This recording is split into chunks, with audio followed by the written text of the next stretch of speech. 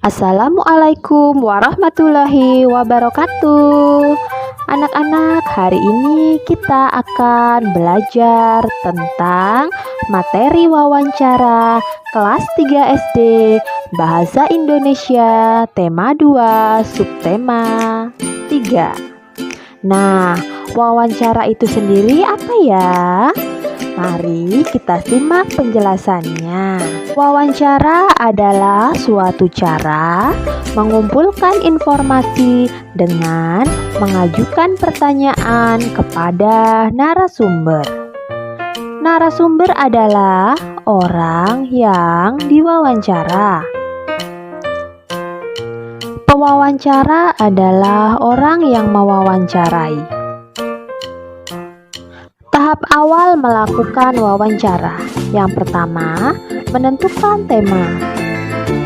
Yang kedua, menentukan narasumber. Dan yang ketiga, menuliskan daftar pertanyaan berdasarkan tema. Menggunakan kata tanya dalam wawancara.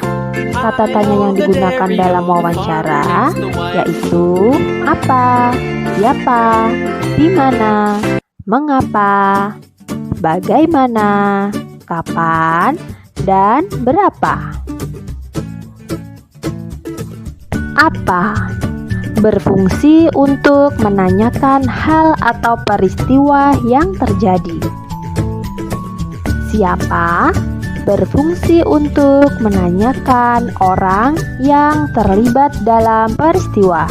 Di mana? Berfungsi untuk menanyakan tempat peristiwa terjadi.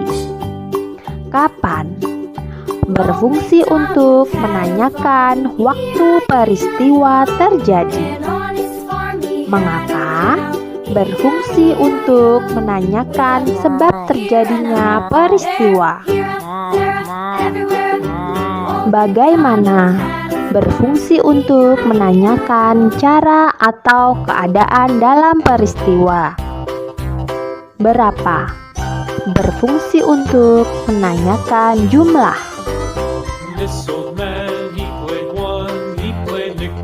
Pertanyaan yang diajukan harus sesuai dengan topik atau tema wawancara.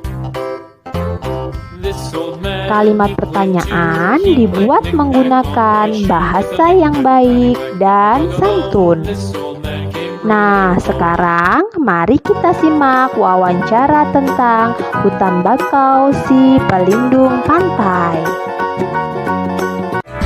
Mengapa hutan bakau disebut sebagai sabuk hijau?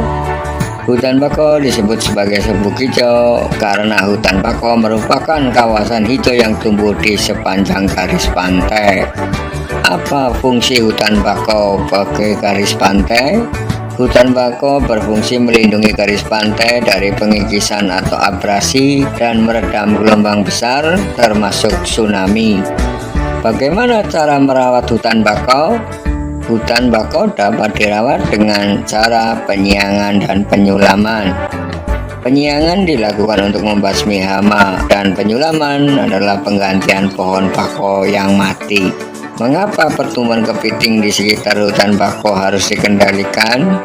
Pertumbuhan kepiting di sekitar hutan bakau harus dikendalikan karena pertumbuhan kepiting dapat mengganggu pertumbuhan bakau.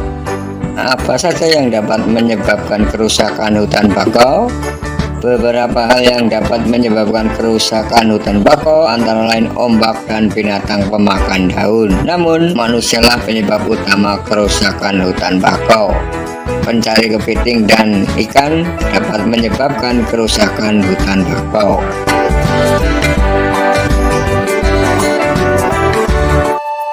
Kesimpulan pelajaran hari ini adalah saat melakukan wawancara harus mengajukan beberapa pertanyaan yang sesuai dengan topik dan menggunakan bahasa yang sopan. Demikian pelajaran hari ini, semoga dapat memberikan manfaat.